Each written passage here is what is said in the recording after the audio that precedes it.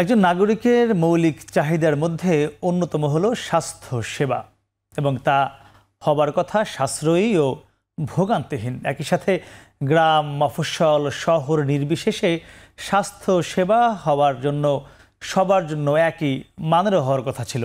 কিন্তু দেশের মানুষ সেই স্বাস্থ্য সেবা কতটুকু পাচ্ছেন?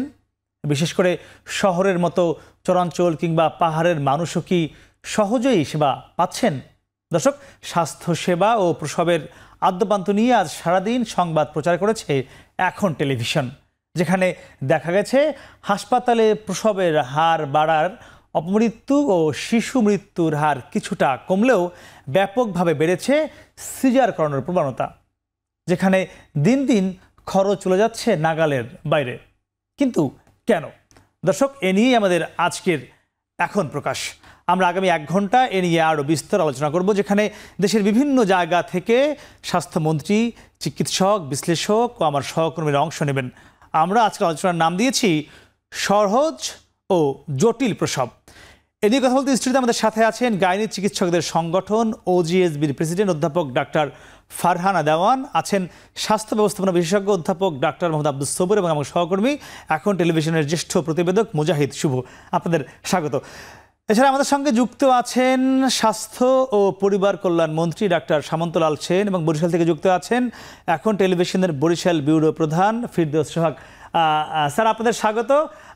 সোহাগ, আপনাকে স্বাগত। এবং কিছুক্ষণ পর আমাদের সঙ্গে খুলনা থেকে যুক্ত হবেন BM-এর খুলনা বিভাগীয় সভাপতি ডাক্তার শেখ বাহারুল আলম এবং ময়মনসিংহ থেকে যুক্ত হবেন সামাজিক সংগঠন জন উদ্যোগের আহ্বায়ক অ্যাডভোকেট নজরুল ইসলাম চুন্নু। আমরা শুরুতে একটু যেতে চাই স্টুডিওতে। আমাদের সঙ্গে আমাদের সহকর্মী মুজাহিদ শুভ রয়েছেন, স্বাস্থ্যমন্ত্রী আমাদের সঙ্গে রয়েছেন, তিনি রমনা থেকে যুক্ত রয়েছেন। আমরা মূল আলোচনা যাওয়ার আগে মুজাহিদ সাহেব, আপনার কাছে একদম ছোট্ট করে জানবো, আপনারা একটি রিপোর্ট বা প্রতিবেদন তৈরি করেছেন যেখানে পুরো স্বাস্থ্যসেবা নিয়ে নানান বিষয় তুলে এনেছেন। সেখানে সিজারিয়ান বিষয় এসেছে, সেখানে নর্মাল ডেলিভারি এসেছে। কি পেয়েছেন ছোট্ট করে বলবেন? আমরা মূলত আসলে এবারের প্রতিবেদন ছিল প্রসবের আদ্যপান্ত নিয়ে। আমরা দেখেছি যে সরকারের বহু আগে থেকেই চিন্তা ছিল বা আগ্রহ ছিল যে শতভাগ ডেলিভারি যেন হাসপাতালে এসে হয়। সেটি 50% থেকে খুব সম্প্রতি এটি 65% পৌঁছেছে। এটি আমাদের জন্য একটি আশার দিক। কিন্তু উল্টো যেটি ঘটেছে, হাসপাতালে আসার প্রবণতা যখন বেড়েছে, স্বাভাবিকভাবে আপনি জানেন যে বাংলাদেশে 65%-এরও বেশি মানুষ সেবা আসলে নিয়ে থাকে বেসরকারি হাসপাতালে। বেসরকারি হাসপাতালে যখন প্রসবের জন্য নারীরা বা আমাদের মায়েরা যখন বেশি যাচ্ছে, যখন অনেক ক্ষেত্রে কিন্তু অপ্রয়োজনীয় সিজারিয়ানের ঘটনা ঘটছে এবং এটি নিয়ে কিন্তু চিকিৎসক বা গাইনি সংগঠন সবাই কিন্তু সোচ্চার এটি বন্ধের জন্য, অপ্রয়োজনীয় সিজারিয়ান যেন না হয়। কিন্তু আরেকটি বিষয় হচ্ছে এই যে 65% ডেলিভারি যে হাসপাতালে হলো, এই আশার দিক কিন্তু পাহাড়ি অঞ্চল বা আমরা যদি চরাঞ্চল বলি, সেই জায়গাতে কিন্তু সমভাবে আসলে এই সেবাটি পৌঁছেনি। সেখানকার মানুষ কিন্তু হাসপাতালে আসতে পারছে না দুর্গম এলাকা হওয়ার কারণে। যেমন আপনি যদি দেখেন যে আমরা আমাদের প্রতিবেদনে দেখিয়েছি যে বান্দরবান অঞ্চলে সেখানে শুধুমাত্র আছেন যে কয়েকজন সার্জন, তারা শুধু সদর হাসপাতালে সার্জারি করতে পারেন। তার মানে হচ্ছে উপজেলা হাসপাতালগুলোতে কিন্তু স্বাভাবিক প্রসবের বাইরে কিন্তু প্রসব হচ্ছে না। 4 লাখ মানুষের বসবাস সেখানে, খুব অল্প কিছু মানুষ, আসলে 1700 মানুষ 1 বছর ধরে তারা সেবা নিতে হাসপাতাল শহরের মতো প্রান্তিক অঞ্চলের মানুষ সেবাটা পাচ্ছে না সেভাবে আসলে যে ক্ষেত্রেই হোক না কেন। আমি একটু বরিশাল যেতে চাই। ফিরদৌস সোহাগ, আপনার কাছে একদম ছোট্ট করে বলবেন, আপনিও প্রতিবেদনটি তৈরিতে আজকে সহায়তা করেছেন, ছিলেন, আপনি একদম প্রান্তিক পর্যায়ে সংবাদ সংগ্রহ করেছেন। একদম ছোট্ট করে বলবেন। আমাদের সঙ্গে স্বাস্থ্যমন্ত্রী সহ কয়েকজন বিশিষ্ট অতিথি রয়েছে, আমরা মূলত তাদের সঙ্গে আলোচনা করব। আপনি প্রতিবেদন তৈরি করতে গিয়ে স্বাস্থ্য সেবার কি মান পেয়েছেন?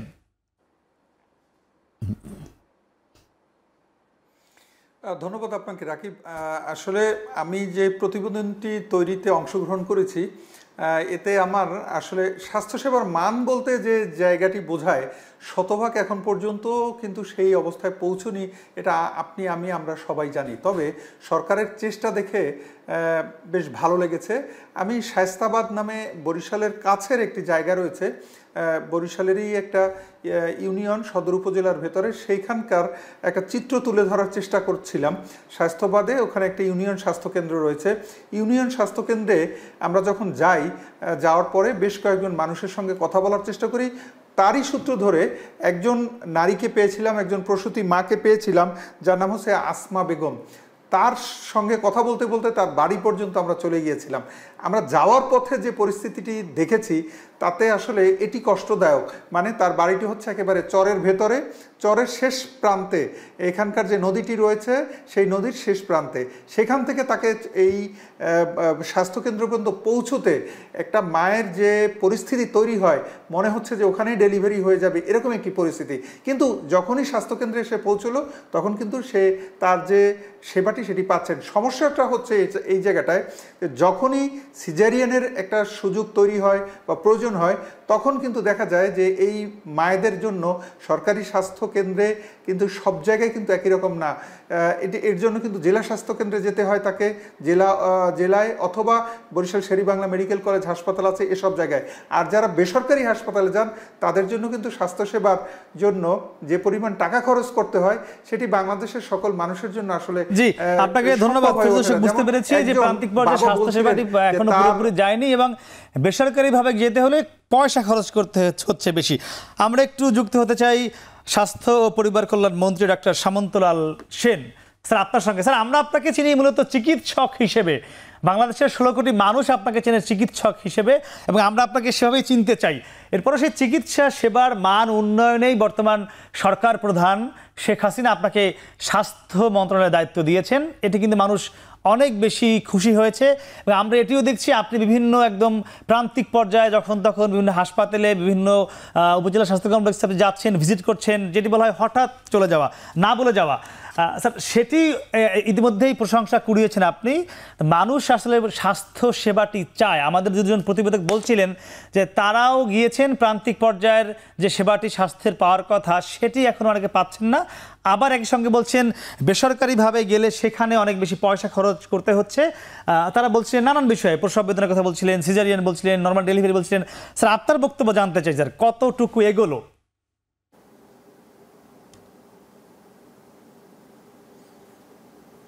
অনেক ধন্যবাদ। আমি মন্ত্রী হয়েছি মাত্র আজকে বোধহয় 5 মাস হলো। আমি তার আগে একজন চিকিৎসক ছিলাম। আমি একদম গ্রাম থেকে উঠে আসছি। আমি গ্রামে চিকিৎসা, মানে বানিয়াচং থেকে আমি সোহরাওয়ার্দী হাসপাতাল, ঢাকা মেডিকেল কলেজ, আমার burn institute, Sheikh Hasina burn institute, আমি প্রত্যেকটা লেভেলে আমি কাজ করছি। সুতরাং আমি স্বাস্থ্য ব্যবস্থা মন্ত্রী হওয়ার আগে অনেক কিছুই জানি এবং আমি মন্ত্রী হওয়ার পরেও আমি একটা কথা স্পষ্ট বলতে পারি এখানে। দেখেন, স্বাস্থ্য ব্যবস্থাকে উন্নতি করতে হলে শুধু চিকিৎসক দিয়ে হয় না। একটা স্বাস্থ্য ব্যবস্থাকে উন্নতি করতে হলে একটা পুরা হাসপাতালের যত অবকাঠামো আছে, একদম পরিচ্ছন্নতা কর্মীর থেকে শুরু করে উপর পর্যন্ত প্রত্যেকের অবদান অনেক বেশি। আপনাদের প্রতিবেদক যারা রিপোর্ট করছেন তারা যে সমস্ত কথা বললেন, আমি কিন্তু তৃণমূল পর্যায়ে স্বাস্থ্য ব্যবস্থাটাকে পৌঁছে দেওয়ার জন্য বদ্ধপরিকর। আমি সেভাবেই কাজ করব, কিন্তু আমাকে আরও কিছুটা সময় দিতে হবে। কারণ আমি এখনও আমার যে স্বাস্থ্য কমপ্লেক্সগুলো আছে সেগুলোকে আমি আরও উন্নত করার চেষ্টা করছি। তা আমার অনেক স্বাস্থ্য কমপ্লেক্স আছে যাদের অবকাঠামো একদম ভেঙে পড়ছে, যাদের আমার চিকিৎসকের বাসস্থান নাই, আমার চিকিৎসকের অপারেশন থিয়েটার করার জায়গা নেই, আবার চিকিৎসকদের যে সমস্ত যন্ত্রপাতি লাগবে সেগুলো পর্যন্ত আমার নাই। তো সুতরাং এই সমস্ত কিছু ঠিক করতে একটা স্ট্যান্ডার্ড সেট আপের মাধ্যমে আমাকে করতে হবে এবং সেই স্ট্যান্ডার্ড সেট আপটা আমরা তৈরি করে ফেলছি এবং এইটা পদায়ন করতে আমার আরও কিছু চিকিৎসক দরকার। আমি সেই বিষয়ে আজকেও আমি পাবলিক সার্ভিস কমিশনের সাথে কথা বলছি, আমি মাননীয় প্রধানমন্ত্রীর সাথে কথা বলছি যে আমরা কিভাবে আরও কিছু চিকিৎসক নিয়ে আমরা এই ঘাটতিটা পূরণ করে আমরা যেন বাংলাদেশের চিকিৎসা ব্যবস্থাটাকে আরও উন্নতি করতে পারে। এই ব্যাপারে আমার সিনসিয়ারিটি, আমার ডিভোশনের কোনো ঘাটতি হবে না। আমি চেষ্টা করে যাব যতদিন পারি চিকিৎসা ব্যবস্থাটাকে 100% না পারলেও একটা পর্যায়ে নিয়ে আসা। জি স্যার, ধন্যবাদ। আমরা আপনার সঙ্গে আবারও যুক্ত হব, নিশ্চয়ই আপনি আমাদের সঙ্গে থাকবেন। আমরা একটু যেতে চাই ওজিএসবির প্রেসিডেন্ট অধ্যাপক ডক্টর ফারহানা দেওয়ান। আপনারা তো গাইনি চিকিৎসকদের বাংলাদেশের সবচেয়ে বড় সংগঠন, হয়তো একমাত্র সংগঠন হতে পারেন, আমি এটি ঠিক জানি না। আপনাদেরকে আপনার সরকার থেকে আপনারা ফান্ডও পেয়ে থাকেন যাতে স্বাস্থ্য সেবা ঠিকমতো পাওয়া যায়, বিশেষ করে যাদের প্রসব, যদি বলা হয় সন্তান প্রসব, সেটি সহজ করবার জন্য, কিংবা অনেকাংশে আমাদের মুজাহিদ সাহেব রিপোর্ট করেছেন যে যাতে নর্মাল ডেলিভারিতে উদ্বুদ্ধ করবার জন্য, সেখানে আমরা দেখছি দিন দিন বাড়ছে, নর্মাল ডেলিভারি কমছে, বরং সিজার বাড়ছে। কেন? ধন্যবাদ আপনাকে প্রশ্নের জন্য। আসলে আপনারা অলরেডি শুনেছেন যে 35% এখনও হোম ডেলিভারি হচ্ছে, এবং আমরা সবাই চেষ্টা করছি যাতে ইনস্টিটিউশনে সবাইকে আনতে পারি। তো সিজারিয়ান অ্যাকচুয়ালি কী কী কারণে হয় সেটা যদি আমি একটু বলতে চাই, কিছু আছে যে মানে ইন্ডিকেশনই আছে সেটা যে সিজারিয়ান হবে, যেমন বাচ্চার পজিশনটা ঠিক না থাকতে পারে, তারপরে হচ্ছে মায়ের হয়তো বা দেখা গেল যে আগের সিজারিয়ান দুটো বেশি যদি হয় সেই ক্ষেত্রে আমরা অবশ্যই সিজারিয়ানে যেতে হয়। 3 নম্বর কথা হলো যে মায়ের যদি অন্য কোনো কমপ্লিকেশন, মানে হয়তো বা দেখা গেল অনেক প্রসব অনেক ঘন্টা বেশি করে হচ্ছে, আমরা এটাকে বলি একদম অবস্ট্রাক্টেড হয়ে গেল, হচ্ছেই না ডেলিভারি, বাড়িতে ছিল 15, 16, 18, 20, 25 ঘন্টা পরে আসলো, সেটা একটা কারণ। এসব কারণে কিন্তু সিজারিয়ান আমাদের করতেই হবে। অথবা মায়ের কোনো খিঁচুনি হয়ে গেল, কিছু কিছু কমপ্লিকেশন আছে যার জন্য সিজারিয়ান করতে হবে। এখন আসি, মানে আমি আননেসেসারি টার্মটা বলতে চাই না, আমি বলতে চাই যে সিজারিয়ানটা হলো হয়তো আমরা কমাতে পারবো কি না সেটা নিয়ে কথা বলবো। এখন কথা হলো কিছু কন্ডিশন আছে যেখানে হয়তো নর্মালও হতে পারতো, সিজারিয়ানও হতে পারতো, আমরা কেন করি এটাকে আমি দুটো আঙ্গিকে দেখি। একটা হচ্ছে যে ডক্টরের পার্সপেক্টিভে দেখি, রুগীদের পার্সপেক্টিভে দেখি। ডক্টরের পার্সপেক্টিভ হচ্ছে যে একটা ডাক্তার অনেক সময় সিজারিয়ান করেন, অনেক সময় উনি চিন্তা করেন যে বাচ্চাটা হওয়ার পরে যদি বাচ্চাটা কোনো সমস্যা হয়, এরকম বাচ্চাকে দেখা হচ্ছে হয়তো একটা পর্যায়ে যে বাচ্চার হার্টবিটে একটু সমস্যা হলো, মনে হচ্ছে যে বাচ্চাটা খারাপ হয়ে যেতে পারে, সেই ক্ষেত্রে আমরা করতে পারি। আপনি অনেক ঘটনা শুনে থাকেন যে বাচ্চা হওয়ার পরে বাচ্চা হয়তো বা খারাপ হয়ে গেল, বাচ্চাকে আইসিইউতে দিতে হলো, আইসিইউতে বাচ্চাটা কোনো কারণে মারা গেল, তখন কিন্তু ডাক্তারকে দোষারোপ করা হয় সম্পূর্ণভাবে, এবং এটাও বলা হয় যে আপনার আমাদেরকে তো আগে বলেন নাই যে বাচ্চা খারাপ হতে পারে। বাচ্চা তো পেটে যখন আমরা মনিটর করি, মনিটরিং সিস্টেমটা আমাদের স্যার নিজেও বলেছেন ইকুইপমেন্টের অনেক প্রয়োজন আছে। এই ক্ষেত্রে একটা সমস্যা হয় যে ইকুইপমেন্ট হয়তো বা নেই, বাচ্চাটাকে যথেষ্টভাবে মনিটর করার জন্য আমাদের সিটিজি মেশিনের দরকার হয়, মাঝে মাঝে আমাদের ডপলারের প্রয়োজন হয়, স্টেথোস্কোপের তো দরকার আছে, ওটা ছাড়া তো আমরা হার্টবিট দেখতেই পারবো না, আলট্রাসোনোগ্রাফি মেশিনের দরকার হয়। এগুলো কিছু আমাদের সমস্যা আছে বাচ্চার ক্ষেত্রে। এবং রুগীর ক্ষেত্রে যেটা আছে সেটা হচ্ছে যে অনেক সময় ওনারা ব্যথা সহ্য করতে পারেন না। আমরা যে বলি না তা না, আমরা যে এত সিনিয়র হয়েছি এই পর্যায়ে আমি কিন্তু কোনোদিন বলবো না আমি আপনাকে সিজার করে দেবো, নর্মালে যাব না, এটা বলি না, এটা বলার মতো ওই লেভেলে আমরা নেই। এখন হয় কি যে বাচ্চা রুগী অনেক সময় এসে বলে যে আমি ব্যথা সহ্য করতে পারবো না, অথবা অনেক বুঝালাম যে ঠিক আছে ব্যথা উঠা পর্যন্ত। আপনি রোগীদের পার্সপেক্টিভ থেকে বললেন, আবার ডাক্তারদের দিক থেকে বললেন। আমি একটু যেতে চাই আপনার কথা সূত্র ধরে।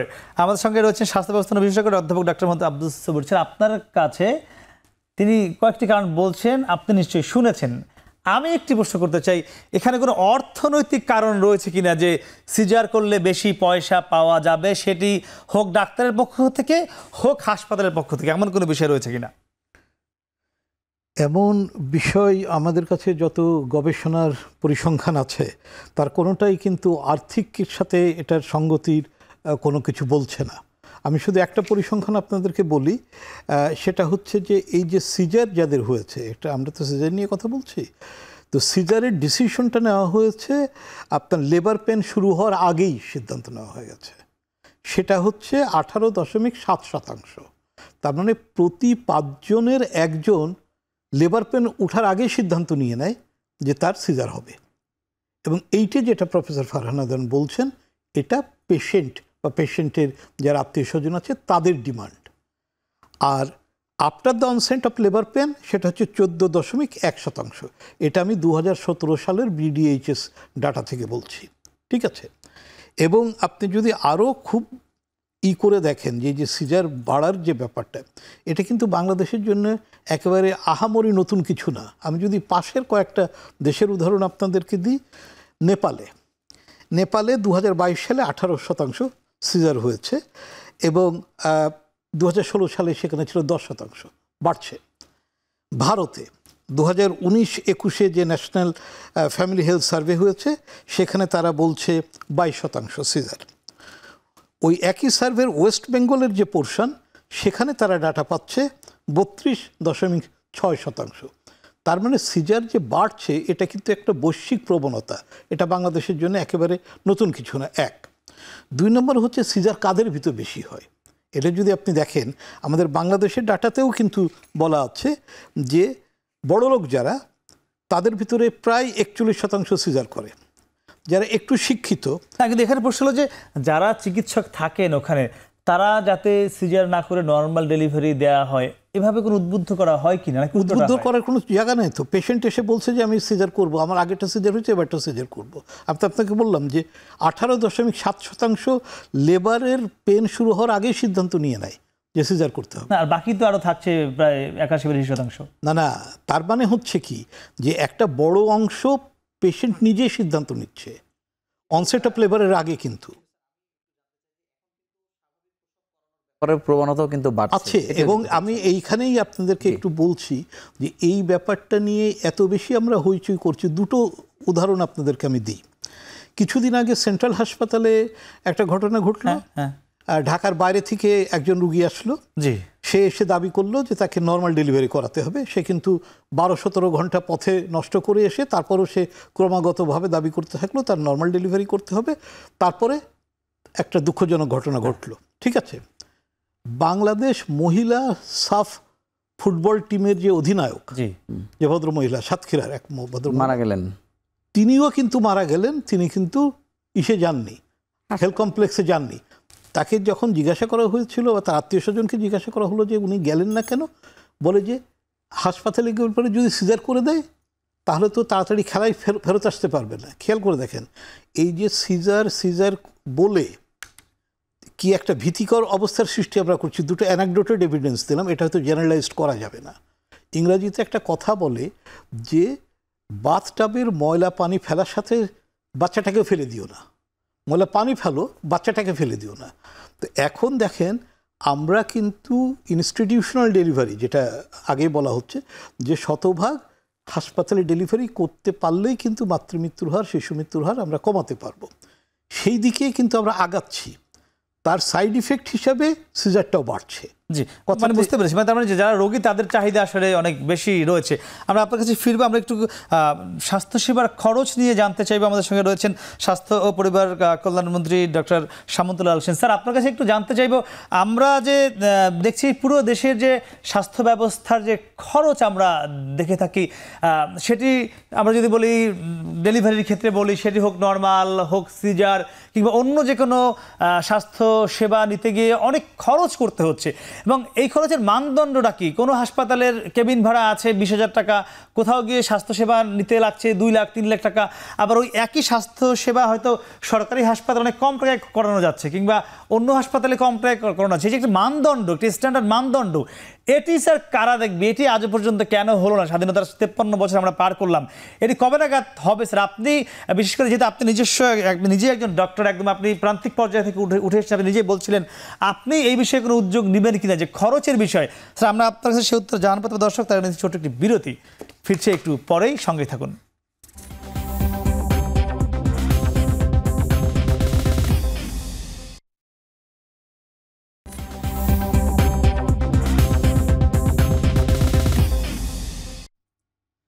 ফিরে এলাম বিরতির পর। কথা বলছিলাম স্বাস্থ্য সেবা নিয়ে।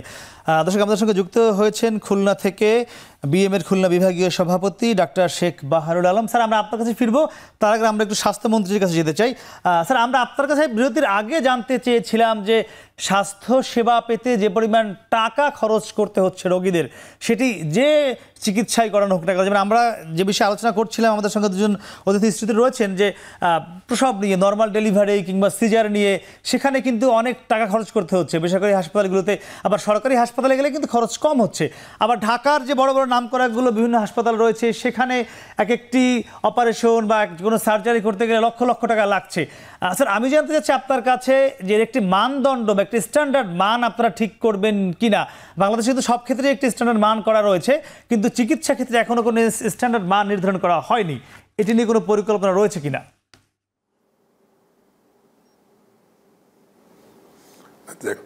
দেখুন, সরকারি হাসপাতালে আমরা কিভাবে চালাবো সেটার সম্বন্ধে আমি মন্ত্রী হিসাবে আমার কিছু অনুশাসন আছে, আমার কিছু নিয়ম কানুন আছে, আমি সেটা নিশ্চয়ই মেনে চলবো। কিন্তু বেসরকারি হাসপাতালে তারা তাদের খরচ কিভাবে নিবে সেইখানে সরকারের কতটুকু মানে কি বলে ক্ষমতা আছে তাদের এটাকে কন্ট্রোল করা। তবে আমি মনে করি একটা সিস্টেমের মধ্যে থাকা উচিত। আমি স্বাস্থ্য সুরক্ষা আইন নিয়ে কাজ করছি। স্যার, আপনারা কিন্তু ডেঙ্গু এবং করোনা টেস্টের ক্ষেত্রে বেসরকারি হাসপাতালকে একটি সিস্টেমে এনেছেন।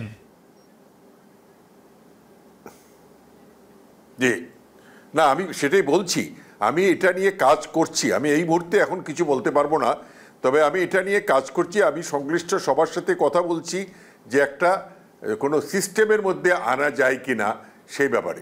এর বেশি আর এই মুহূর্তে আমার কিছু বলার নেই। স্যার, আরেকটি বিষয় স্যার, আমরা দেখে থাকি যে বিভিন্ন উপজেলা স্বাস্থ্য কমপ্লেক্সে যারা স্যার সেখানে দায়িত্বরত চিকিৎসক থাকেন, কনসালটেন্ট থাকেন বা অন্যান্য কর্মচারীও থাকেন, তারা কিন্তু স্যার যখন তখন ছুটি নিচ্ছেন, তাদের স্যার ডিউটিতে গিয়ে পাওয়া যায় না, এমন অভিযোগ স্যার অহরহ কিন্তু রয়েছে প্রান্তিক সব পর্যায়ে। এটি শুধু চরাঞ্চল বা পাহাড়ি অঞ্চল নয়, যে কোনো উপজেলা লেভেলে গেলে এটি পাওয়া যায়। এটির সমাধান নিয়ে স্যার আপনারা কী ভাবছেন?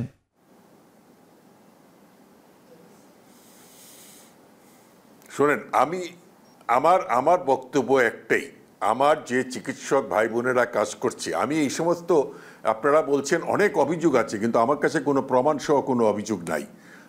আমি একটা জিনিসই খুব কড়াকড়িবারে বলে দিচ্ছি, সবসময় বলি, আমি এই ঈদের সময়, ঈদের আগে বেশ কয়েকটা হাসপাতাল আমি আকস্মিক পরিদর্শন করছি এবং আমি আরও করব।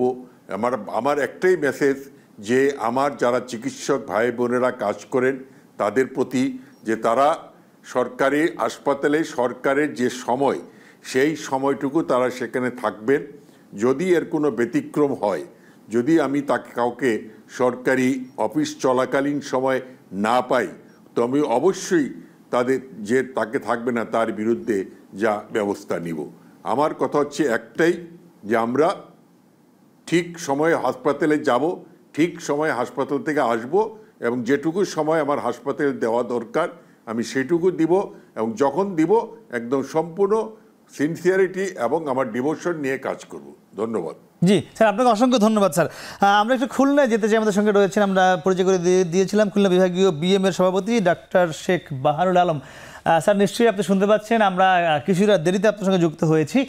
একটু জানতে চাচ্ছিলাম যেটা আপনার কাছে, এই যে আমরা যে বিষয়টা নিয়ে আলোচনা করছি আজকে, মূলত প্রসব নিয়ে, যে সিজার হওয়া কিংবা নর্মাল ডেলিভারি হওয়া, এটি খুলনা অঞ্চলের কি অবস্থা? সেখানেও কি একই অবস্থা কিনা, যে নর্মালের চেয়ে সিজার বেশি হচ্ছে কিনা, এবং সেখানে খরচ অন্যান্য জায়গায় আমরা দেখেছি অনেক বেশি হচ্ছে, তারতম্যটাও মানে ঠিক মানে কোনো ঠিক বেঠিক নাই, যে যেখানে যা ইচ্ছে মতো নিচ্ছে। খুলনার অবস্থা জানতে চাই আপনার কাছ থেকে আমি একটু। ধন্যবাদ আপনাকে। সারা বাংলাদেশের যে চালচিত্র, সিজারিয়ান না, স্বাস্থ্যসেবার যে চালচিত্র, সেটা সারা বাংলাদেশে যা, খুলনাতেও তাই। ভিন্নতর কিছু নাই, আলাদা করে কিছু বলার নাই। মাননীয় স্বাস্থ্যমন্ত্রীর মুখ দিয়েই আমরা স্পষ্ট করে শুনেছি যে উনি 5 মাস বসছেন। এই 53 বছরেও মানুষের দোরগোড়ায় চিকিৎসা যাওয়ার সাংবিধানিক বাধ্যবাধকতা থাকলেও আজও পর্যন্ত যায়নি। মাননীয় মন্ত্রী ওয়াদা করেছেন যে উনি বিষয়টা নিয়ে কাজ করছেন, নিশ্চয়ই ওনাকে সময় দিলে এটি যাবে। আর সিজারিয়ান হওয়া আর নর্মাল ডেলিভারি হওয়া, এই দুটোকে পাশাপাশি আনা মনে হয় ঠিক হচ্ছে না। কারণ এটি ডক্টর ডিসিশন নেয়, রুগী ডিসিশন নেয়, দালালরা ডিসিশন নেয়, এবং প্রাইভেট হসপিটালগুলোতে সাধারণত একটি বাণিজ্যিক দৃষ্টিভঙ্গি থাকে, তাদের মুনাফা থাকে, তাদের ইনভেস্টমেন্ট থাকে। নানাবিধ কারণে, যেহেতু আমাদের বেসরকারি পর্যায়ে চিকিৎসার সুনির্দিষ্ট কোনো নীতিমালা নাই, এই জন্য যারা এখানে লগ্নি করেছেন, যারা এখানে হাসপাতালগুলো স্থাপন করেছেন, তারা মূলত মুনাফার জন্যই করেছেন এবং তারাই সুবিধাটা নেন। এখন সেই ক্ষেত্রে ডক্টর জিম্মি হয়ে থাকে, কারণ ডক্টর ওই হসপিটালে কাজ করেন, এবং তার যদি এই হাসপাতালের সাথে অ্যাটাচমেন্ট না থাকে তাহলে সে একসময় বেকার হয়ে পড়বেন। যে আপনি থাকুন, আপনি বেশ কিছু গুরুত্বপূর্ণ কথা বলেছেন, একটু আপনার কাছে ফিরতে চাই। আপনার কথা শুনছিলেন, একটি কথা বলেছেন, ডক্টর জিম্মি হয়ে থাকেন। কেন আপনারা জিম্মি হয়ে থাকেন হাসপাতালগুলোর কাছে? জিম্মি হয়ে থাকি বলবো না, কিন্তু আমরা সবসময় আমাদের ডাক্তারদের বলে থাকি যে যদি হাসপাতালে অথরিটি বলেন যে আপনি সিজারিয়ান করেন, এটা তোমরা করবে না, কারণ তোমার নিজের একটা ডিসিশন নিতে হবে। এটা কিন্তু আমরা বলে থাকি। আর আপনি যদি আমাকে সুযোগ দিতেন, আমি কিন্তু আলোচনা থেকে একটা কথা বলতে চাই, যে এখানে একটা কথা আসছিল বারবার যে নর্মাল খরচের ব্যাপারটা। অ্যাকচুয়ালি হসপিটালগুলোতে কি পরিমাণ সার্ভিস, আমি তো সারা জীবন গভর্নমেন্ট সার্ভিস করেছি, আমি রিটায়ার করেছি শহীদ সরদি মেডিকেল থেকে 2016-তে। বিভিন্ন মেডিকেলে আমি ছিলাম, একটা পয়সা না নিয়ে এসে কিন্তু একটা রুগী পুরা সার্ভিস পেয়ে যাচ্ছে। এটা একটা গ্রুপ। এখন কেউ যদি সিজারিয়ান, হসপিটালে কিন্তু সিজারিয়ান করার সুযোগটা কিন্তু কম ওইভাবে, যেটা আপনারা বলেন যে কেন হচ্ছে। কারণ নর্মালগুলা সারতেই, মানে যেগুলোর খুব প্রয়োজন সিজারে, সেটা সারতেই সময় লাগে। সিজার অনেকক্ষণ তো আমি বলেছিলাম প্রলং লেবার নিয়ে আসলো, হয়তো ইউটারাস রাপচার হয়ে গেছে, এগুলো ম্যানেজ করতে করতেই কিন্তু ওই সময়টা আর থাকে না, কেউ শক করে চেলো আমি তার সিজার করলাম। সেটা কিন্তু সরকারের গল্প, এটা সরকারের না। আমি বলতে চাচ্ছি কি, যে খরচ করতে পারবে না তারও জন্য কিন্তু সার্ভিসটা অ্যাভেলেবল আছে, এই কথাটা আমি বলতে চাইছিলাম, এটা আমি বলতে চাচ্ছি। আর আপনি যেটা বলছিলেন যে আপনি একটা প্রশ্ন ছিল যে খরচ করার জন্য আমরা কি তাদেরকে বলবো কিনা, এটা আসলে এটার প্রয়োজন নেই। এটা ছাড়াও হতে পারে, এটা ছাড়াও সিজার হতে পারে। আর অথরিটি বলে না, মাঝে মাঝে বলে। আমি কি আরেকটা কথা বলতে চাচ্ছি, সেটা হয়তো আলোচনার পরে আমি সুযোগ পেলে বলবো, যে আমরাও জিএসপি থেকে কি কি উদ্যোগ নিয়েছি। না, আমরা সেটা আসবো, আমরা সে বিষয়ে আসবো। স্যার, একটু জানতে চাই, আমাদের খুলনার একজন অতিথি তিনি বেশ কিছু কথা বলছিলেন যে চিকিৎসক এবং বেসরকারি হাসপাতালের সঙ্গে একটি সম্পর্কের বিষয়ে বলছিলেন, যে হয়তো তারা জিম্মি থাকেন বা একটি চুক্তি থাকতে পারে। এই বিষয়টি কেমন? আমি খুবই অবাক হলাম যে মাননীয় মন্ত্রী, তার হাতে কিন্তু অস্ত্র আছে, উনি হয়তো জানেনই না যে ওনার হাতে অস্ত্র আছে। আমাদের বেসরকারি হাসপাতালগুলো এখনও পরিচালিত হয় একটা বহু পুরনো আইন দ্বারা, যেটাকে আমি বলি নখদন্তবিহীন আইন। 1982 সালে এরশাদ সাহেব যে আইনটা তৈরি করেছিল, সেই আইনে কিন্তু পরিষ্কার বলা আছে যে হাসপাতালের সেবা মূল্য হাসপাতালে ঝুলিয়ে রাখতে হবে। ওই আইনটি কিন্তু বাতিল হয়নি। সুতরাং ভোক্তা অধিকার যখন কাউরান বাজারে যেয়ে চালের ডাল দাম, আটার দাম, লবণের দাম দেখে যে ঝুলানো আছে কিনা, ভোক্তা অধিকার কিন্তু হাসপাতালে যেও বলতে পারে যে তোমার সেবা মূল্য ঝুলানো নেই কেন। ভোক্তা অধিকার কিন্তু কোনোদিন যায় না, কিন্তু আইনে পরিষ্কার সেই বিধান আছে। সেই আইনটি কিন্তু বাতিল। এটা কিন্তু আমরা ডেঙ্গুর সময় দেখেছিলাম ঢাকার বিভিন্ন হাসপাতালে। 1982 সালের আইনে এখনো সরকারকে বলা আছে, এবং বেসরকারি প্রতিষ্ঠানগুলো ওই আইনের অধীনেই তো রেজিস্ট্রেশন পায়, ওই আইনের অধীনে তো অধিভুক্ত হয়। সুতরাং ওই আইনে পরিষ্কার বলা আছে যে সেবা মূল্য কত হবে সেটার গল্প না, সেবা মূল্যটা ঝুলিয়ে দিতে হবে। ঠিক আছে? যেরকম আমরা দেখি যে কাউরান বাজারে যে বলে যে তোমার ঝুলানো নেই কেন, ওই গল্প কিন্তু সব প্রাইভেট হাসপাতালের ক্ষেত্রে প্রযোজ্য, কিন্তু কেউ পালন করছে না। আমাদের মাননীয় মন্ত্রী মহোদয় বললেন যে উনি স্বাস্থ্য সুরক্ষা আইন নিয়ে কাজ করছেন। এই কাজ কিন্তু উনার পূর্বসূরীরা গত 10 বছর ধরে করেছেন, এবং তারা তো সে ক্ষমতা রয়েছে, সে চাইলে এটি অ্যাপ্লাই করতে পারে। এবং এই আইনের বলেই কিন্তু যে ডেঙ্গু আর করোনার টেস্টের বেঁধে দিয়েছিল সরকার। তখন ম্যাজিস্ট্রেটও যেত বিভিন্ন হাসপাতালে, আমারও নিশ্চয়ই মনে আছে, আমি সে সংবাদ সংগ্রহ করেছি। মুজাহিদ শিবুর রয়েছেন আমাদের। একটু জানতে চাইবো, এই যে বিষয়, যে আমরা এখন আলোচনার একটি বিষয় রয়েছি, যে বেসরকারি হাসপাতাল আর চিকিৎসকদের মধ্যে একটি উইন উইন সিচুয়েশন আসলে থাকে কিনা, আপনি তো সংবাদ সংগ্রহ করে থাকেন। আসলে এটা আসলে দুই রকম। অনেক ক্ষেত্রে দেখা যায় যে কোনো হাসপাতালে যে যতটা অপারেশন হচ্ছে সবগুলোই সিজারিয়ান হচ্ছে। যেমন আপনি জানেন যে ঢাকাতে বেশ কিছু হাসপাতাল আছে, যেমন আমরা আদ্দিন হাসপাতালের কথা শুনি, বা এরকম অনেক হাসপাতাল যাদের মূল মোটোটাই একসময় ছিল যে আমরা স্বাভাবিক প্রসব বেশি করছি।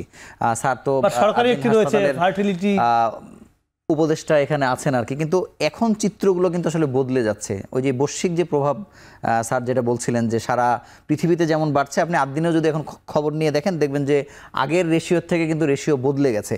কিন্তু এর মধ্যেও আমরা আমাদের প্রতিবেদনে দুটি হাসপাতালকে দেখিয়েছি, যেমন রাজধানীর মোহাম্মদপুর ফার্টিলিটি হাসপাতাল একটি আছে, সেখানে কিন্তু রোগীরা সন্তুষ্ট এই অর্থে, রোগীরা বলছেন যে আমাকে শেষ পর্যন্ত চেষ্টা করা হয়েছে, তারপরে যখন দেখা যাচ্ছে যেটা আমার ক্ষতি কিংবা বাচ্চার ক্ষতি, তখন স্বাভাবিক প্রসবের জন্য নিয়ে যাওয়া জীবনের হয়েছে। ঝুঁকি হয়ে গেলে তখন তারা যাচ্ছেন হয়তো তখন যাচ্ছেন।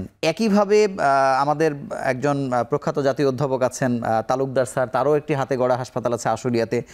সেখানে কিন্তু খরচের প্রসঙ্গ আমরা সেটার সাথে কম্পেয়ার করতে পারি। সেখানে তারা 24 ঘন্টা কনসালটেন্ট দিচ্ছেন এবং সব ধরনের সেবা, একটা আন্তর্জাতিক মান রক্ষার জন্য যত ধরনের সেখানে সেবা খরচ রাখা কেমন হয়? দরকার, সেখানে খরচ তারা সিজারিয়ান 25,000 টাকা নিচ্ছে।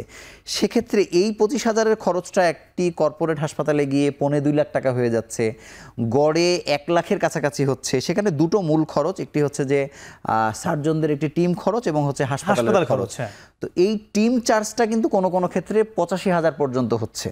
হ্যাঁ, তো আমি স্যারের সাথেই প্রসঙ্গক্রমে একটি তথ্য স্যার একবার বলছিলেন যে হাসপাতাল যখন নিজে তার ডাক্তার রেখে দেয় বেসরকারি হাসপাতালে, তিনি চাকরি করছেন, তখন সেটি কমে নেওয়া সম্ভব। কিন্তু যখন আপনি পার্ট টাইম বাইরে থেকে ডাক্তারকে যখন হায়ার করে কেস বেসিসে যখন নিয়ে আসছেন, তখন কিন্তু আসলে খরচটা অনেক বেশি বেড়ে যাচ্ছে। কিন্তু এটা আসলে দেখবে কে সেটি। জি স্যার, একটু আপনার কাছে আমি জানতে চাইবো, এই যে একটি বিষয় আমাদের মধ্যে শুভম বলছিলেন যে কোনো হাসপাতালে 20-25,000 টাকা দিয়ে হচ্ছে, আবার কোথাও সেটি 85,000 বা 1 লাখ 1.5 লাখ টাকা পর্যন্ত যাচ্ছে। মানে এই তারতম্যটা হওয়ার কারণ কি? শুধুই কি মানে ভালো মানের কেবিন, ভালো এসি, বিষয়টি শুধু এটুক না আরও অন্য কোনো বিষয় রয়েছে? স্যার আমি এই উত্তর জানবো, তবে দর্শক তার আগে নিচ্ছি ছোট্ট একটি বিরতি, ফিরছে একটু পরেই, সঙ্গেই থাকুন।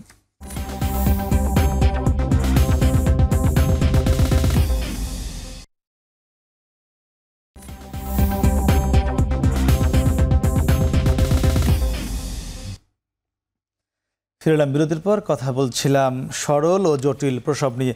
স্যার আপনার কাছে যে প্রশ্নটি আমরা ছিলাম বিরতির আগে, সেটি ছোট্ট করে জানতে চাইবো যে এত তারতম্য কেন? না, আপনাকে একটা জিনিস বুঝতে হবে যে স্বাস্থ্য ব্যবস্থা বা চিকিৎসা সেবা বাংলাদেশের কোনো বিচ্ছিন্ন দ্বীপ না, যেখানে কালকে 50 টাকা কাঁচামরিচ, আজকে 300 টাকা কাঁচামরিচ। সেইটা যখন সরকার নিয়ন্ত্রণ করতে পারে না, তখন সিজার কোথাও 12,000 টাকা, কোথাও 1,20,000 টাকা হচ্ছে। একই গল্প, নিয়ন্ত্রণ নাই।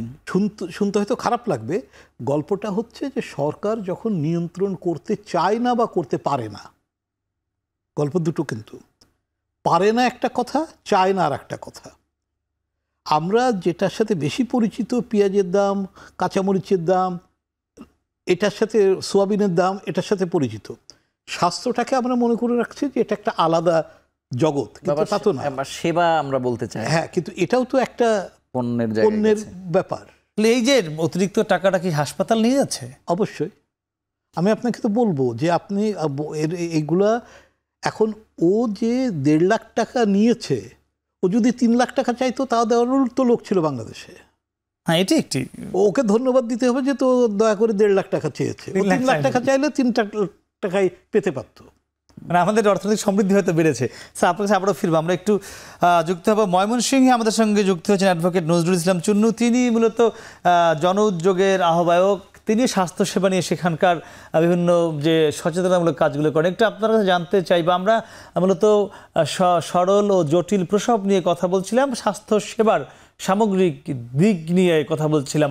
ময়মনসিংহ এলাকায় তো আপনি এইসব বিষয় নিয়ে আমরা যদ্দূর জানি আপনি কাজ করেন, বিভিন্ন জায়গায় স্বাস্থ্যসেবার যাতে সঠিকভাবে হয়, সেখানকার যে স্বাস্থ্যসেবার যে টাকা খরচের যে সেটির তারতম্য কেমন আপনি দেখছেন, এবং সেখানকার মানুষের প্রতি বা যারা বিশেষ করে প্রসব বেদনা নিয়ে হাসপাতালে আসেন, তাদের নর্মাল ডেলিভারি নাকি সিজারের বেশি প্রবণতা, আপনি কি দেখছেন সেখানের খবর?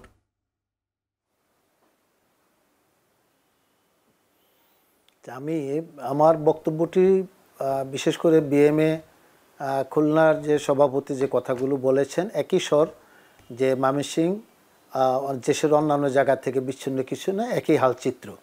তবে আমি জায়গাটাতে একটু কথা বলতে চাই, যেটা দুঃখজনক। আমাদের মাননীয় মন্ত্রী একটি কথা বললেন যে সরকারি খাতে ওনাদের নিয়ন্ত্রণটা অনুশাসন দ্বারা উনি করে থাকেন, বেসরকারি খাতে নিয়ন্ত্রণ করা যায় কি না, এটি আমার মনে হয় যে মানে এতে করে আমরা হতাশ হই, দেশের যারা নাগরিক হতাশ হই। কারণ উল্লেখ এসছে এখানে যে আমাদের সংবিধানের যে 5টি মৌলিক চাহিদা, স্বাস্থ্য খাতটা এর মধ্যে অন্যতম। কিন্তু এটি ঠিক পণ্য এই কথাটি বলা যাবে না, এটি সেবা খাত, এটি সাংবিধানিক স্বীকৃতি সেই 72-এর মূল সংবিধান থেকে শুরু করে। অথচ আমরা দেখলাম দীর্ঘদিন যাবৎ বিভিন্ন পেশাজীবী সংগঠন বা বিভিন্ন পর্বে আলোচনা হয় যে স্বাস্থ্য খাতে আমরা 15% বরাদ্দ চাই। সে দেখলাম যে 2023-24 অর্থ বছরে 4.99, এবার সেখানে 5.19% বরাদ্দ দেওয়া হয়েছে, অর্থাৎ 0.2% যদিও বেড়েছে প্রস্তাবিত খাতে, এটি আবার হয়তো বা কাটছাট করে গতবার যেমন কমানো হয়েছে এবারও কমানো একটি প্রবণতা হয়তো বা হতে পারে। এটি আমার মনে হয় যে আমাদের সংবিধানের যে মৌলিক যে চাহিদা তার সঙ্গে সঙ্গতিপূর্ণ নয়। বেসরকারি এবং সরকারি স্বাস্থ্য খাতে চিকিৎসার যে খরচের যে বিষয়টি, এটি এইভাবে আমরা ধরে নিতে পারি, রাষ্ট্র যদি এই স্বাস্থ্য খাতটাকে নিয়ন্ত্রণের বাইরে ছেড়ে না দিতেন, অর্থাৎ আমাদের একজন প্যানেলে যিনি আলোচক আছেন স্টুডিওতে, সম্মানিত একজন সিনিয়র একজন চিকিৎসক, উনি খুব চমৎকার একটি কথা বলেছেন, কাঁচামরিচ পেঁয়াজে যাদের নিয়ন্ত্রণ নাই তাইলে পরে এই চিকিৎসা খাতটা বিচ্ছিন্ন কোনো বিষয় নয়।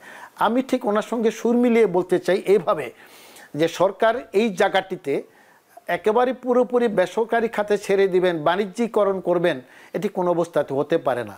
এই প্রসঙ্গে আরেকটি বিষয় আমি যুক্ত করতে চাই যে করোনা কাল 2020-21 আমরা দেখেছি যে স্বাস্থ্য খাতটি বাংলাদেশের সবচেয়ে আলোচিত, সমালোচিত এবং বিরক্তিকর একটি বিষয় ছিল যে করোনার মতো যে চিকিৎসার উপাদান এবং মানুষের স্বাস্থ্য নিয়ে যে বাণিজ্য হয়েছে, আলোচিত নামগুলো আমার উচ্চারণ করতে চাই না, উচ্চারণ করলে বুকের ভিতরে মোচড় দিয়ে উঠে কষ্ট পাই আমরা। রাষ্ট্র একেবারেই তখন লাগামটা ছেড়ে দিল, 2-4 জনকে ধরলো, এর পরিণতিটা কী হলো আমরা জানি না। আরেকটি উল্লেখযোগ্য বিষয় হলো এখানে স্বাধীনতার এই দীর্ঘ 53 বছরেও এখন পর্যন্ত আমরা কিন্তু কোনো সেই অর্থে কোনো স্বাস্থ্যনীতি পাইনি। আমরা বুঝতে পেরেছি আপনি বেশ কিছু কথা বলেছেন, আপনি রাষ্ট্রীয়ভাবে উদ্যোগের কথা বলছেন, নীতি করার কথা বলছেন, আপনি বাজেট বাড়ানোর কথা বলছেন। আমরা একটু খুলনায় যেতে চাই, ডাক্তার শেখ বাহারুল আলম স্যার, আপনি নিশ্চয়ই শুনতে পাচ্ছেন, আপনি বিএমএর একজন শীর্ষ নেতা, আপনি খুলনার সভাপতি এবং আপনি কেন্দ্রীয়ভাবেও বড় একটা দায়িত্বে রয়েছেন। এখানে একটি বিষয় নিয়ে কিন্তু কথা হচ্ছে, আমাদের স্টুডিওতে যিনি রয়েছেন তারা বলছিলেন, ময়মনসিংহের অতিথি বলছিলেন যে স্বাস্থ্যমন্ত্রী যে কথাটি বলে গেলেন যে তিনি আসলে বেসরকারি হাসপাতালগুলোকে ঠিক নিয়ন্ত্রণে আনতে পারছেন না বলে অনেকটা বলে গেলেন। মানে এই বক্তব্যটির সঙ্গে আপনি কতটা একমত? ওনাকে ধন্যবাদ যে উনি যথার্থই বলেছেন।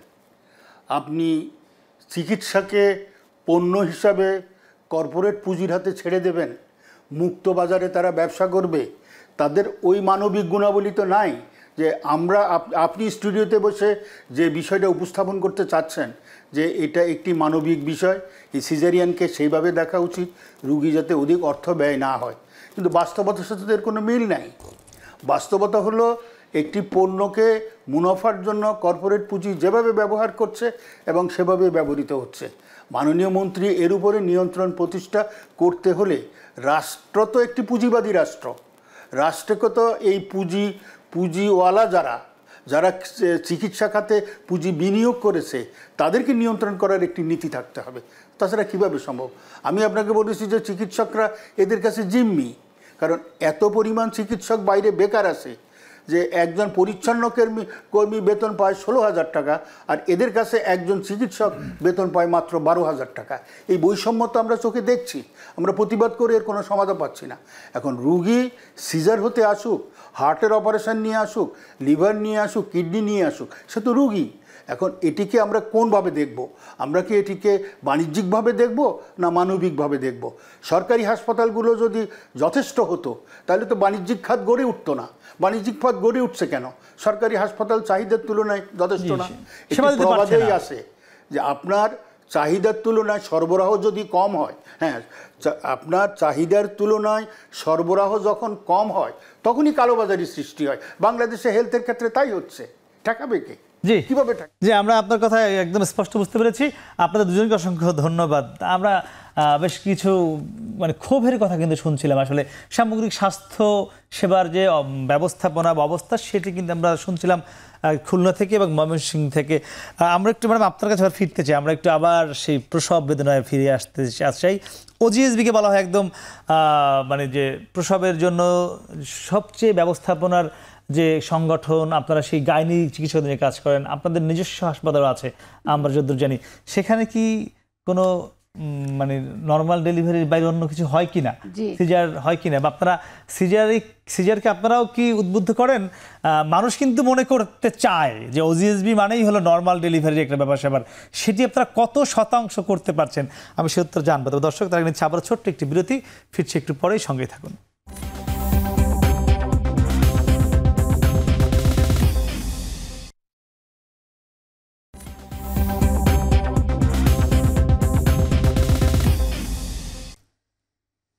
আবারও ফিরলাম বিরতির পর, কথা বলছিলাম সরল ও জটিল প্রসব নিয়ে। আমরা একটু ম্যাডাম আপনার কাছে যাবো, তার আগে আমি একটু ছোট্ট করে আমার সহকর্মী মুজাহিদ শুভর কাছে আবারও ফিরতে চাই। আপনি কি দেখছেন বেসরকারি হাসপাতাল, সরকারি হাসপাতাল আর এই যে ওজিএসবির মতো হাসপাতাল, মানে কোন জায়গায় বেশি প্রবণতা আপনারা দেখছেন যে যেটা বলা হয় যে সিজারের দিকে? একদম ছোট্ট করে। প্রবণতা তো আসলে সব মিলে বেসরকারি হাসপাতালে বেশি, কিন্তু আমি আপনার মাধ্যমে ম্যাডামের কাছে একটা প্রশ্ন দিতে চাই যে অনেকদিন আগে থেকে কিন্তু ওজিএসবি বা গাইনি চিকিৎসকদের একটা আন্দোলন ছিল যে লেবার রুম প্রোটোকল বাস্তবায়ন করতে হবে আর কি। তো সেই বাস্তবায়ন কতটুকু হলো, আর যেখানে লেবার রুম প্রোটোকল বাস্তবায়ন হয়েছে তারা আসলে মনিটরিংয়ের আওতায় আছে কিনা, বা তারা ঠিকমতো ওই কাজটা করছে কিনা লেবার রুম করার পরে? মানে লেবার রুম প্রোটোকল তো হচ্ছে সি সেকশন কমবে না বাড়বে সেটার তো একটা ইন্ডিকেটর, সেই জায়গাতে আসলে আপনারা কতটা মনিটরিং করেন? আমরা দেখি যে বাংলাদেশে কিন্তু অনেক বড় বড় এটি করতে আপনাদের মানে যে প্রশাসনিক ক্ষমতা কতটুকু আদৌ আছে? জি ধন্যবাদ। আমি কি এখন বলবো? জি। আচ্ছা, আমরা আসলে লেবার রুম, আমি এটা আসতে চেয়েছিলাম, আপনি যখন আমাকে প্রশ্নটা জিজ্ঞেস করেছিলেন আমরা ছোট্ট করে বলবো ওজিএসবি কি করছে, আমরা কয়েকটা উদ্যোগ নিয়েছি। একটা হলো লেবার রুম প্রোটোকল করা হয়েছে 2016 থেকে আমরা শুরু করেছি, এবং প্রথমে আমরা পুরনো যতগুলো মেডিকেল কলেজ, 8টা একদম প্রথম মেডিকেল কলেজগুলো যেগুলো ছিল সেখানে আমরা 1-to-1 যে 6 মাসের একটা প্ল্যান নিয়েছিলাম যে আমরা এক একজন সিনিয়র এক একজন একটা মেডিকেল কলেজের সাথে ট্যাগ হয়ে আমরা ওদের প্রবলেমগুলো কি, নর্মাল ডেলিভারি করতে সমস্যা কি, এগুলো দেখবো, অ্যাডভাইস করব, রেজাল্টটা দেখবো। সেগুলো কিন্তু চলমান। এটা ছাড়া আরও তারপরের লেভেলে ধাপে যাওয়া হয়েছে, ডিস্ট্রিক্টগুলোতে যাওয়া হয়েছে, ডিস্ট্রিক্টগুলোকে কিন্তু এখন আমরা আইডেন্টিফাই করেছি এবং দেখছি। একটা কথা আপনারা বারবার বলছেন যে প্রাইভেটে সিজার হয়, অনেক প্রাইভেটে দেখা গিয়েছে লেবার রুমে নেই, সেটা আমরা অ্যাড্রেস করেছি। এবং এটা ছাড়া আমাদের যে ওজিএসবি হসপিটাল যেটা আছে সেখানে আমরা কিছু কাজ করা শুরু করেছি। কারণ আমি যদি সিজারিয়ান স্বাস্থ্য কমপ্লেক্সে কতগুলো লেবার রুম আছে আপনার জানা মতে? উপজেলা স্বাস্থ্য কমপ্লেক্সে লেবার রুম আছে, সবগুলো দিকে আছে? আছে, জি। এবং আমাদের গভর্নমেন্টে কিন্তু ইনফ্রাস্ট্রাকচার খুব সুন্দর। উপজেলার পরে যে union health and family welfare centre UHFWC, তারপরে যে কমিউনিটি ক্লিনিকে ডেলিভারি ব্যবস্থা নেই, সেটা আমরা প্রয়োজনও নেই, কারণ রুগীকে যদি নিয়ে যাওয়া যায় উপজেলা হেলথ কমপ্লেক্সে সেখানে সব ব্যবস্থা। আমরা একদম শেষের দিকে আপনার কাছে একদম ছোট্ট করে জানতে চাইবো যে ওজিএসবি হাসপাতালে আপনারা কত শতাংশ নরমাল ডেলিভারি করেন? ওজিএসবি হাসপাতালে যেটা নরমাল হওয়ার মতো আমরা অনেক চেষ্টা করছি। কত শতাংশ হতে পারে এটা? 60%-এর বেশি আমরা নিতে পেরেছি, এবং আমরা লেবার রুমটাকে সাজিয়েছি ওখানে একদম নর্মাল ডেলিভারি করানোর জন্য। আমি যে আমাদের উদ্যোগের কথা বলছিলাম 2-3টা একটু বলতে চাই। জানেন আমরা একদম শেষ পর্যায়ে শুনবো, একটুখানি বলি। জি জি, একদম 10 সেকেন্ডে বলুন। যে ইনস্ট্রুমেন্টাল ডেলিভারির জন্য সব জায়গায় আমরা ট্রেনিং দিচ্ছি যাতে ভ্যাকিউম করা যায়, ফোরসেপ্টটা একটু অ্যাভয়েড করার জন্য। আর 2 নম্বর হলো রবসন ক্লাসিফিকেশন আছে, যেটাতে সারা ওয়ার্ল্ডে এখন যে রুগীগুলোকে 10টা গ্রুপে ভাগ করে কোন গ্রুপে সিজার বেশি হচ্ছে কিভাবে কমানো যায়, এটা আমরা 5টা সেন্টারে অলরেডি শুরু করেছি। এটা ছাড়া আমরা ইন্ডাকশন অফ লেবার, জি নিশ্চয়ই আপনাদের এই উদ্যোগ ভালো করবে সেই প্রত্যাশা আমরা করছি। স্যার একটু আপনার কাছে জানতে চাইবো, আমরা একদম শেষ মুহূর্তে আছি, এই যে নানান সংকট আমাদের দেশে রয়েছে, অর্থনৈতিক সংকট রয়েছে, আমাদের দেশের জনগণ বেশি, আমাদের দেশের সক্ষমতা কম, আমাদের রাষ্ট্র আস্তে আস্তে সামনের দিকে এগোচ্ছে, এই যখন অবস্থা তখন আমরা শুনছিলাম যে এবারও পর্যাপ্ত বাজেট দেওয়া হয়নি স্বাস্থ্য খাতে চাহিদা অনুযায়ী। তো এই সব কিছু মিলিয়ে রাষ্ট্রের কি করণীয় স্বাস্থ্য খাতের সেবা যাতে পূর্ণাঙ্গ পাওয়া যায় সেজন্য? রাষ্ট্রের কাছে স্বাস্থ্য কোনো অগ্রাধিকার প্রাপ্ত খাত না। আপনি গত 10 বছরের বাজেট যদি দেখেন তাহলে আপনি দেখবেন বিদ্যুৎ পয়সা বেশি পায়, রোডস বেশি পয়সা পায়, ইনফ্রাস্ট্রাকচার বেশি পয়সা পায়। কেন এই জায়গাগুলো বেশি পয়সা পায় তার কারণ বিশ্লেষণ করাই যেতে পারে। সুতরাং স্বাস্থ্য কখনোই অন্তত গত 10-15 বছরে অগ্রাধিকার খাত ছিল না, যেটা বারবারই বলা হচ্ছে যে বাজেটের 5% ধারে কাছেই স্বাস্থ্য ঘোরে, আর এর 80% চলে যায় বেতন দিতে। যে বাজেটটা পাওয়া যায় তার 80%ই বেতন দিতে চলে। এখন করণীয় কি তাহলে? বাজেট বাড়াতে হবে। আপনি ফ্লাইওভারের উপর দিয়ে সুস্থ মানুষ হাঁটবে না অসুস্থ মানুষ হাঁটবে? আমরা যে ফ্লাইওভার করছি, পদ্মা সেতু বানাচ্ছি, যমুনা সেতু বানাচ্ছি, দ্বিতীয় রেল সেতু বানাচ্ছি, মেট্রো রেল বানাচ্ছি, স্বাস্থ্য তো বানাচ্ছি না। সুতরাং সরকারের কাছে তো স্বাস্থ্য অগ্রাধিকার না, সেটা তার বাজেট থেকেই বোঝা যাচ্ছে। মানে নতুন করে বলার কিছুতে নেই।